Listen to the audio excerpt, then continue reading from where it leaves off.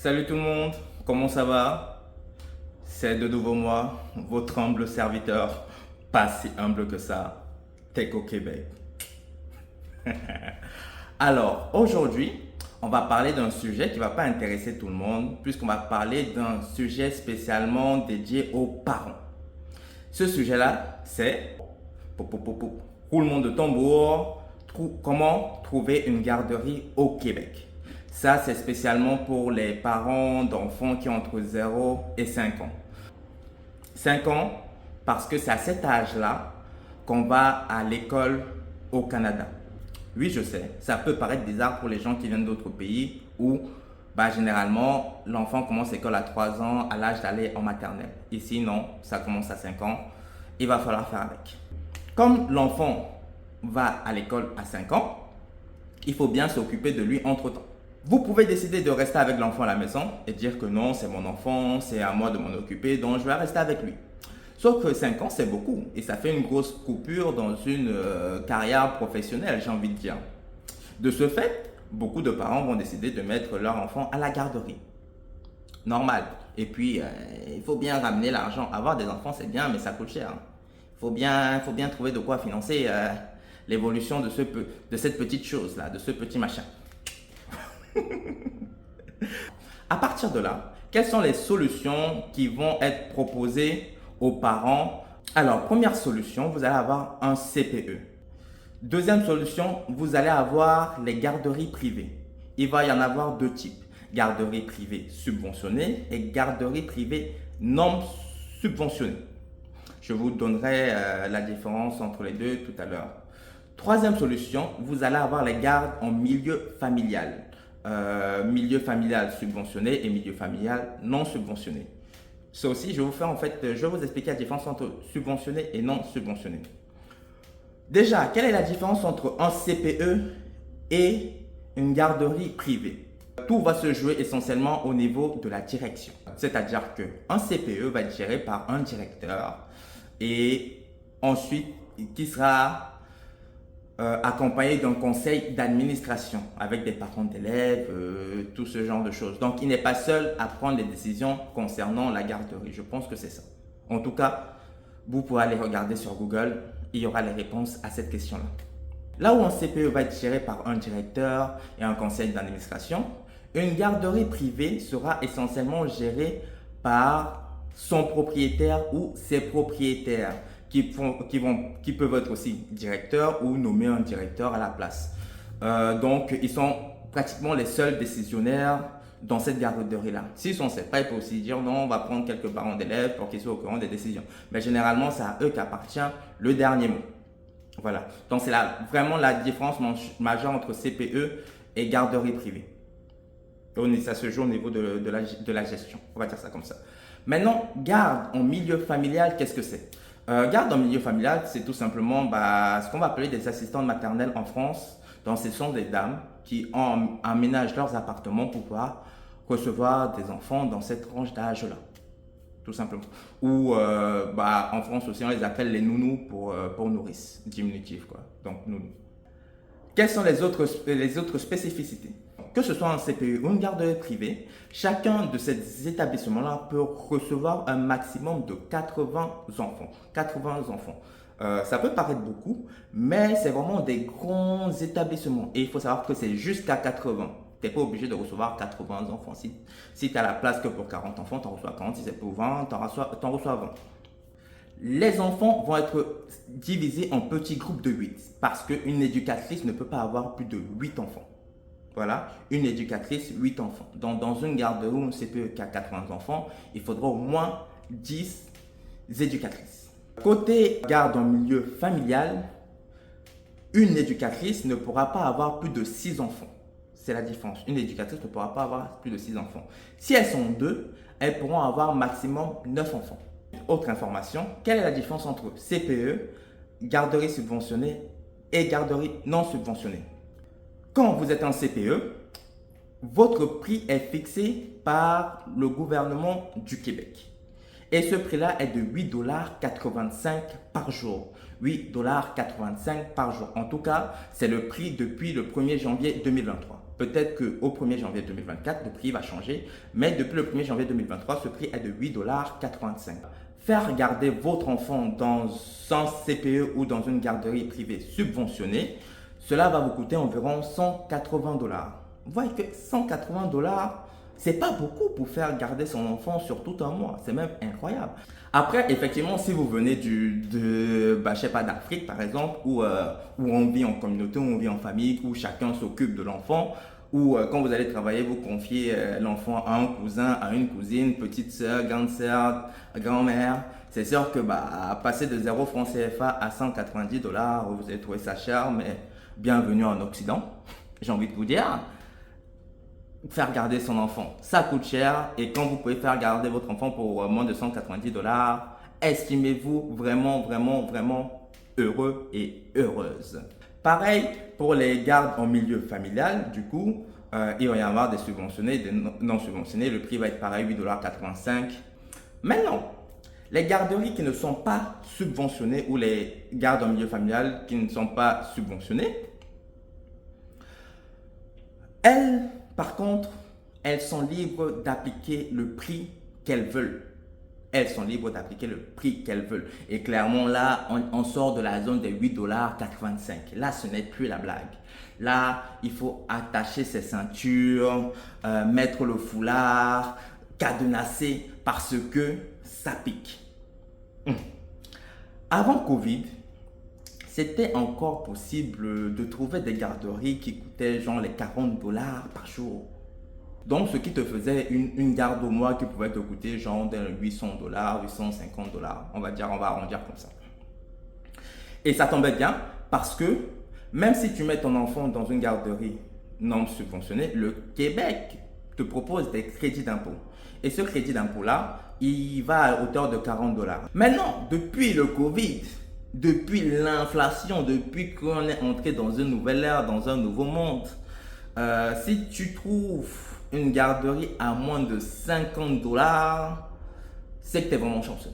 Non, vraiment, c'est que tu es vraiment chanceux. On va être plutôt sur du 52 $, du 55 $. Donc, faire garder ton enfant dans une garderie non subventionnée, ça va te coûter genre les 1100 $, 1200 $ au mois. Vous allez vous demander pourquoi quelqu'un irait mettre son enfant dans une garderie privée non subventionnée alors que y a les garderies subventionnées ou les CPE. Eh bien, tout simplement parce qu'il n'y a pas de place. Eh oui.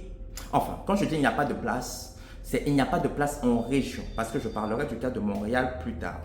Parce que entre Montréal et la région, c'est 2 salles, 2 ambiances, dont les gens font comme ils peuvent. Et déjà, même quand tu as une place dans une garderie non subventionnée, tu es content. Tu es vraiment content. Non, il n'y a vraiment pas de place en région. C'est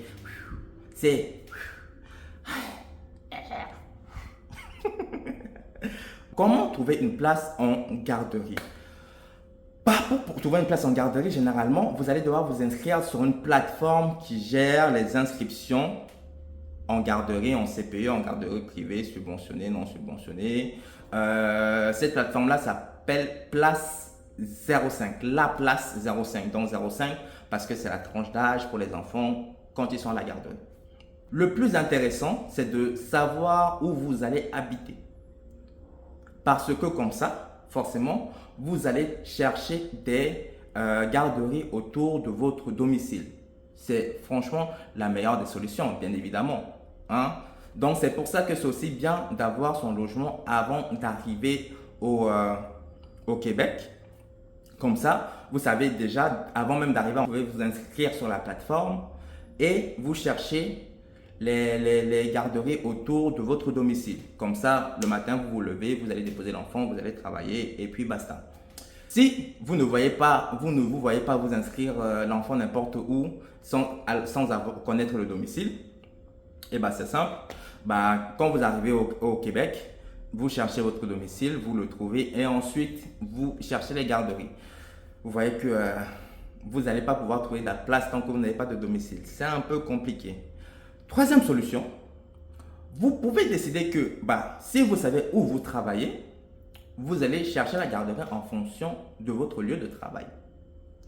Comme ça, au lieu de, quand vous sortez le matin, vous allez déposer l'enfant, vous allez déposer l'enfant quand vous allez au travail. Avant de commencer la journée, vous allez le déposer. Quand vous terminez la journée, vous allez le récupérer.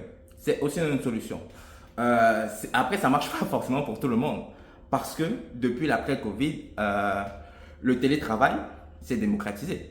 Donc, si vous avez peut-être 2 ou 3 jours de télétravail dans la semaine, vous n'allez pas vous lever, prendre la voiture, aller déposer l'enfant près du travail alors que vous n'y êtes pas. Vous voyez, c'est un peu compliqué. Et moi, par exemple, dans mon cas, même si je savais où mon employeur se trouve, moi, je suis consultant. Et donc, on m'envoie spécialement chez des clients.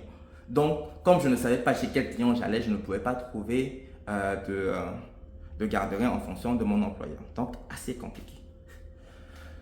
Ouais, vraiment, il faut se débrouiller. Donc, quand j'ai trouvé mon appartement en étant à l'étranger, ça m'a bien facilité la tâche. Quand vous êtes inscrit sur cette plateforme-là, ça ne veut pas dire que vous allez avoir une place. Non, si c'était ça, ce serait trop facile, ce serait trop beau, ce serait trop magnifique. Mais non, parce qu'il faut forcément un mais. Le problème, c'est que quand vous vous inscrivez sur cette plateforme-là, vous vous inscrivez en liste d'attente. Et les listes d'attente peuvent être longues, très longues. Non, vraiment, il y a des gens qui sont arrivés au Québec, ça fait plus d'1 an, presque 2 ans, ils n'ont toujours pas de place en garderie pour leurs enfants.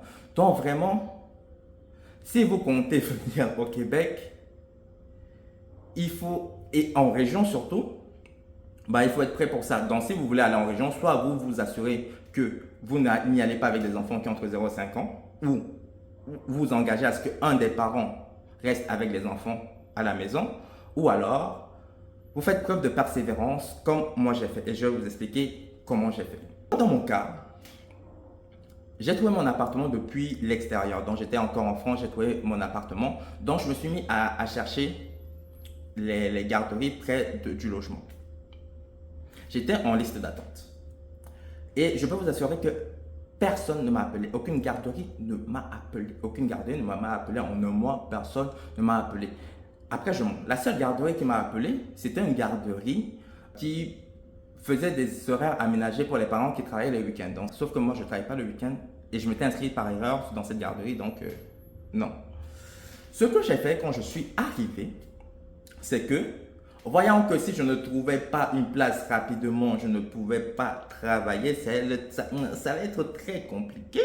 Sauf si tu décides de travailler avec un enfant en bas âge dans ta maison, ce qui est compliqué. Ce que j'ai fait, c'est que sur cette plateforme-là, vous avez les adresses des garderies.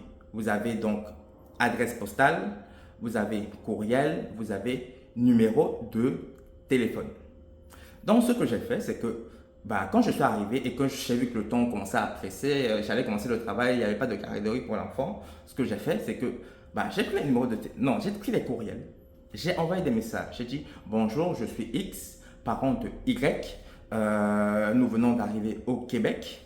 L'enfant a tel âge, parce que oui, c'est aussi important de préciser l'âge de l'enfant parce que les enfants vont être divisés par groupe.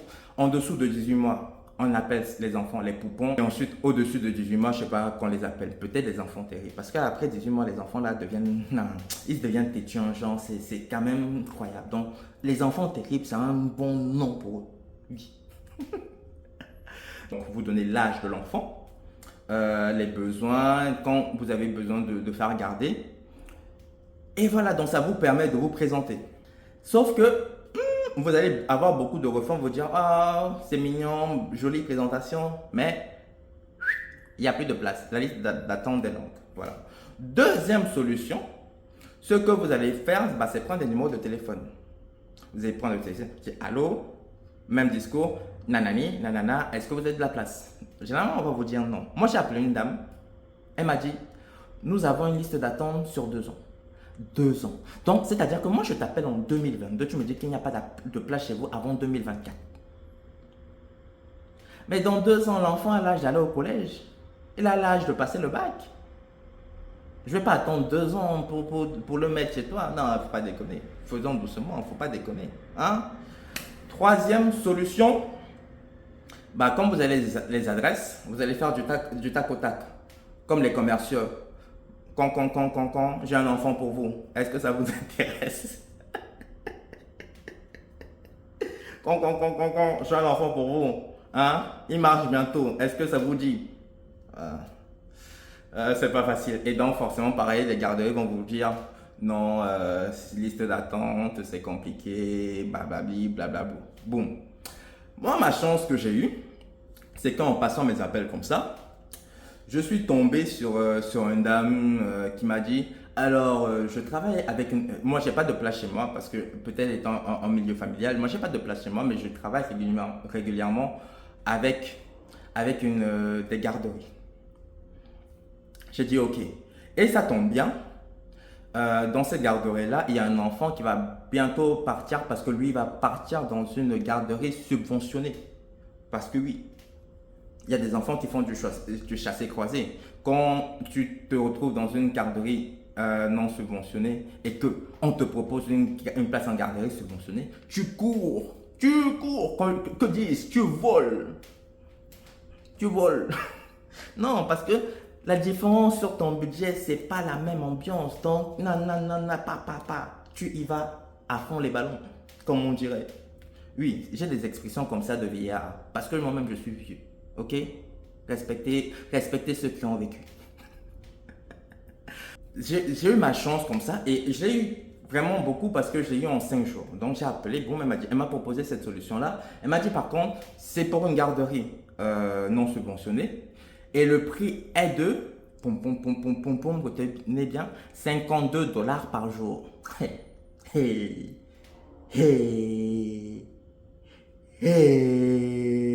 Elle m'a dit $52 par jour. J'ai dit, hey. J'ai pas dit hey parce que le téléphone, il faut rester poli. Dans ma tête, ça fait merde. Pas possible. Incroyable. Mais, est-ce que j'avais le choix? Je n'avais pas le choix. Donc, elle m'a dit $52. Elle m'a dit, oh, pardon, la mère, donne la place, c'est pas grave. On va se débrouiller après.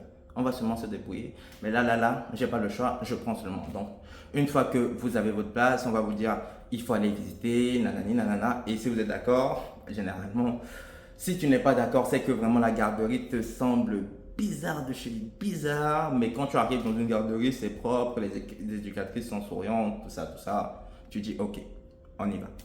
Donc, j'ai donné mon accord, j'ai inscrit l'enfant dans cette garderie-là. Après, j'ai eu de la chance parce que ma petite opération emailing là, elle a fonctionné parce qu'il y a une dame qui gérait une garde en milieu familial qui m'a répondu, qui m'a dit alors écoutez, j'ai une place qui se libère dans mon garde en milieu familial et en plus elle est subventionnée. Et normalement, quand on te propose ça, tu te dis waouh, place subventionnée, merci, tu dis qu'est-ce tu cours. Mais finalement, j'ai décliné cette proposition. Vous allez me dire, tu es fou. Moi-même, quand je réponds, je me dis, merde, mais tu es malade, tu es ma boule, tu es fou. Hein? Qu'est-ce qui s'est passé? Pourquoi tu as refusé? J'ai refusé parce que je me suis dit, finalement, je viens d'arriver dans un nouveau pays. Avec un enfant en bas âge, qui ne connaît personne. Donc, il n'y a pas de famille, il n'y a pas de tata, il n'y a pas de grand-mère, il n'y a pas de tonton, il n'y a pas de cousin, il n'y a pas de cousine. Si je le mets dans une garderie en milieu familial, ça veut dire que les seules personnes qu'il va côtoyer de manière régulière, ça va être ses parents et les 6 enfants avec qui il sera dans son milieu de garde là et son éducatrice. Donc en gros, son entourage va se limiter à une dizaine de personnes. Je me suis dit bon, c'est pas la meilleure solution. Ensuite, deuxième réflexion, c'est que je me suis dit si ça se passe mal avec son éducatrice, il n'y aura pas d'échappatoire. Ça veut dire qu'elle va rester là des mois, voire des années, avec quelqu'un avec qui ça se passe mal. Je ne sais pas. Ça fait partie des choses, je ne dis pas que ça se passe forcément mal, mais ça fait partie des choses qui arrivent. Oui, il faut se préparer à ça. Donc je me suis dit, si tu mets l'enfant dans une garderie, où il peut y avoir jusqu'à 80 enfants, et donc jusqu'à 10 éducatrices, plus le personnel, tout ça, ça fait qu'il va avoir beaucoup de monde. Il va être habitué à avoir beaucoup de gens autour de lui. Il n'aura pas peur du monde, tout ça. Peut-être que il pourra mieux s'émanciper, il pourra mieux évoluer, tout ça. Donc j'ai dit, bon, allons vers la garderie privée non subventionnée, même si, hey, mes poches, oh, mes poches, mes poches, mes poches, même si ça te vide les poches. Ouais, ouais, et effectivement, j'ai douillé, pas comme David, mais j'ai douillé quand même. T'as pas la ref, t'as la ref ou pas? Si t'as la ref, c'est que tu es trop vieux. Bref, donc, maintenant, quand vous inscrivez votre enfant en garderie non subventionnée, qu'est-ce qui se passe? Comment vous faites pour payer? Alors, si vous arrivez au Québec avec une résidence permanente, directement avec la résidence permanente, tant mieux pour vous. Vous pourrez bénéficier de ce qu'on appelle un remboursement anticipé. C'est-à-dire que vous inscrivez l'enfant, vous payez dans le mois, je pense que ça se passe comme ça. Et derrière, le gouvernement du Québec vous rembourse une partie de ce que vous avez versé, donc jusqu'à 40 dollars normalement, je pense que c'est toujours ça. Sauf si ils rajoutent des allocations familiales derrière. Et ça vous fait que votre garderie vous coûtera comme si vous étiez en garderie subventionnée. Vous avancez les frais de garde et le gouvernement du Québec vous les rembourse quasiment dans le même mois. Je ne sais pas exactement comment ça se passe, mais je pense que c'est ça. Voilà. Mais ça, c'est quand vous êtes au moins résident permanent ou citoyen canadien. Quand vous n'êtes pas résident permanent et que vous êtes résident temporaire, il n'y a pas de remboursement anticipé. Hey! Il n'y a pas de remboursement anticipé. Après, le Québec s'engage à vous rembourser une partie de vos frais de garde, comme je vous ai dit. Mais ça ne se fait pas en remboursement anticipé, ça se fait en crédit d'impôt. En crédit d'impôt. Et le crédit d'impôt, ça fonctionne comment? C'est que, une fois par an, quand vous faites vos impôts, comme je vous ai expliqué dans ma vidéo sur les impôts que vous pouvez aller voir, une fois par an, vous faites votre déclaration d'impôt. Et quand vous faites votre déclaration d'impôt, dans vos frais, vous allez intégrer les frais de garde de l'enfant. Voilà. Et donc, le Québec va vous rembourser une partie de ces frais de garde-là en crédit d'impôt. Mais ça se passe une fois par an. Donc, ça veut dire que tout le long de l'année, vous allez sortir l'argent. Donc, il faut avoir les poches solides, les reins solides. Il faut être solide sur ses appuis tout simplement. Tu ne trembles pas. Non, quand tu as un enfant en Occident où tu ne trembles pas. Il faut être solide sur ses appuis. Parce que l'argent de ça, une fois par an, quand tu t'es bien serré la ceinture, quand tu as maigri, tu as souffert, tu as transpiré, le Québec te reverse un crédit d'impôt. Certains parents, du coup, le voient aussi comme une manière d'épargner. Parce que si tu sais que tu ne peux pas épargner, mais que tu dois payer tes garderies, donc tu payes ta garderie, tu payes ta garderie, et donc tu récupères ton crédit d'impôt, et avec ce crédit d'impôt-là, tu peux décider que tu vas le réutiliser, soit pour payer la garderie l'année suivante, soit pour mettre dans un compte épargne, soit pour investir, donc bref, tu fais après ce que tu veux, mais en tout cas, c'est une fois par an. Quand tu as 18 mois de présence sur le territoire québécois, tu pourras faire une demande pour des allocations familiales et le remboursement anticipé.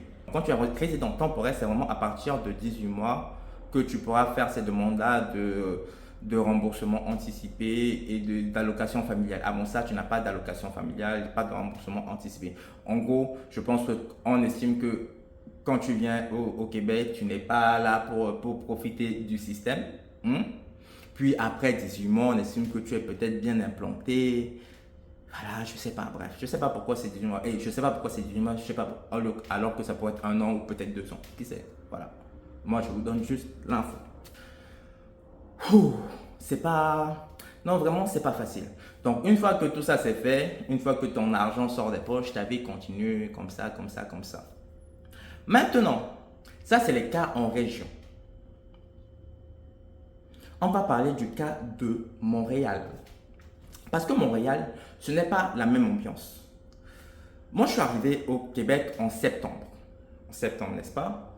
dès le mois de décembre, parce que finalement mon employeur m'avait trouvé une mission où j'étais en full télétravail, donc je n'allais jamais au bureau. J'ai décidé que, gars, en fait, je ne peux pas rester à Québec dans ces conditions. Je ne vais pas rester à Québec pour rester chez moi toute la journée alors que je ne connais personne. Je connais du monde à Montréal.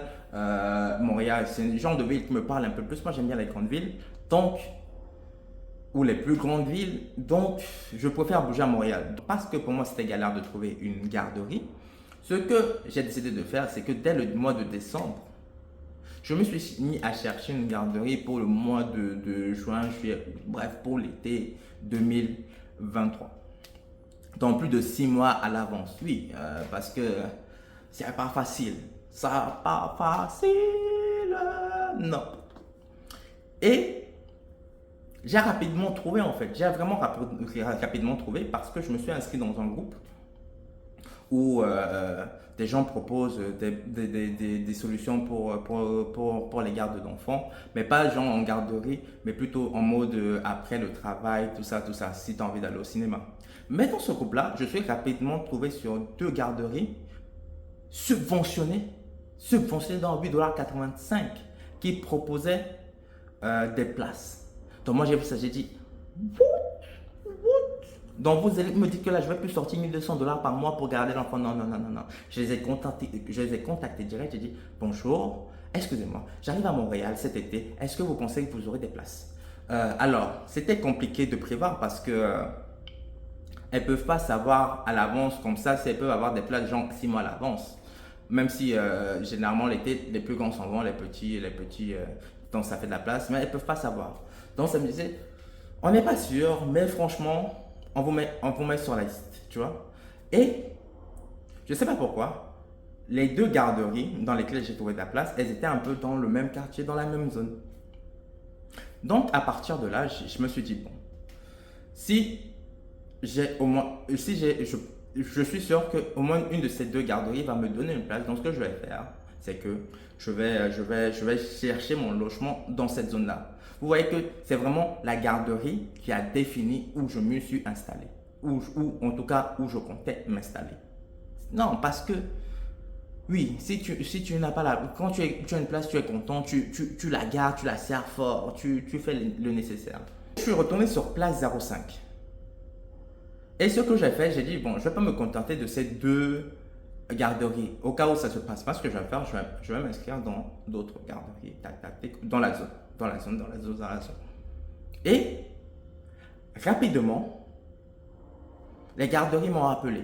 Donc, je devais avoir peut-être 2 appels par semaine de garderies qui me disaient, oui, bonjour, l'enfant commence quand? Ah, bref. Sauf que je ne pouvais pas m'inscrire parce que c'est des garderies qui proposaient des places à l'instant. Là.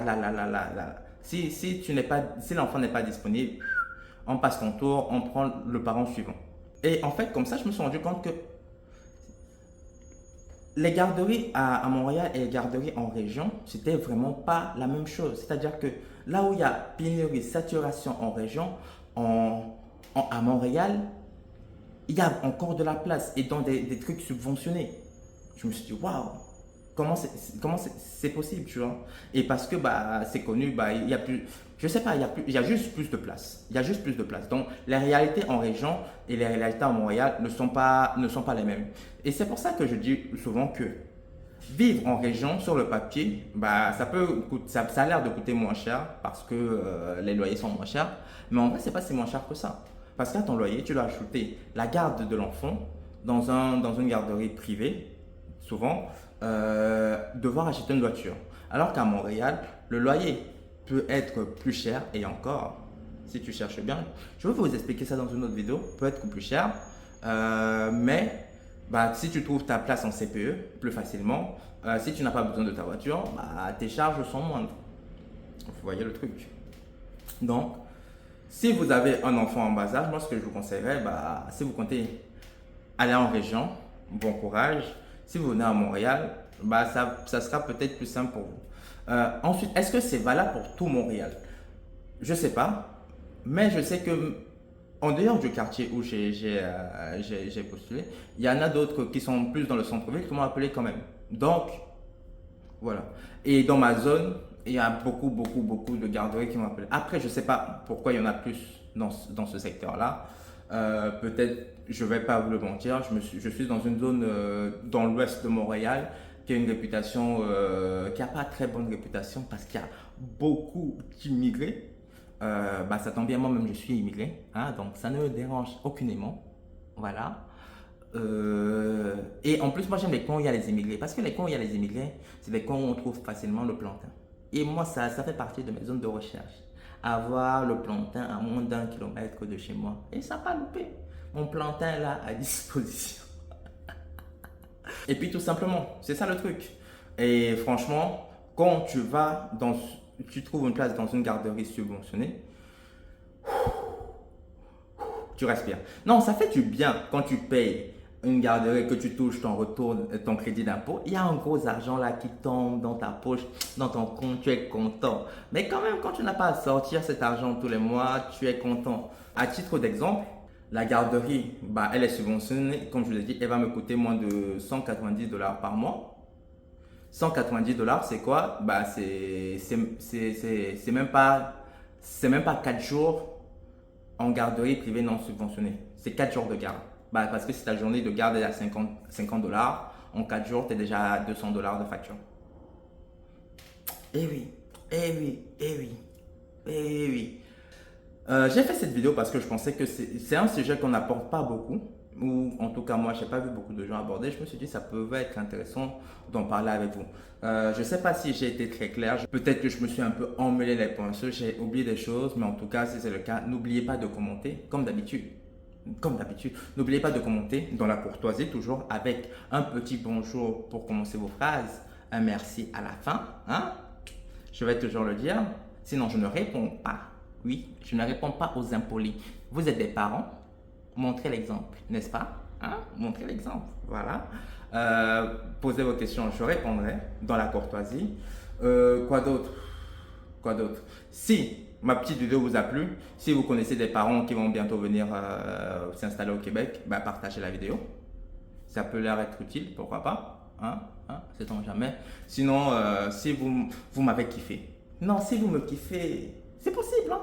Vous pouvez me détester, c'est pas grave. C'est la vie. Mais si vous me kiffez, mettez un petit like. Mettez un petit j'aime. Ça fait toujours plaisir, ok? Mieux encore, abonnez-vous. Abonnez-vous, abonnez-vous. Non, petit bouton, tu cliques là, tu t'abonnes. Hein? Comme ça, on sera potes. Toi et moi, tu sauras, on sera potes. Bref, c'est tout pour moi. Prochaine vidéo, ça sera une vidéo qui va beaucoup vous intéresser. Hein? Parce que j'ai une vidéo là. J'ai vu que vous la regardez en masse. Mince. Oh, vous aimez trop l'argent. Vous aimez trop l'argent. Hein? Donc, ma prochaine vidéo, si vous avez suivi, vous savez de quoi je vais parler. Bref, on se dit à la prochaine. Merci encore d'avoir regardé la vidéo. N'oubliez pas de liker, commenter, partager. Bref. J'ai dit tout ça, non? C'est pas grave. J'aime le harcèlement. Faites ma pub. Salut et on se dit à la prochaine. Peace.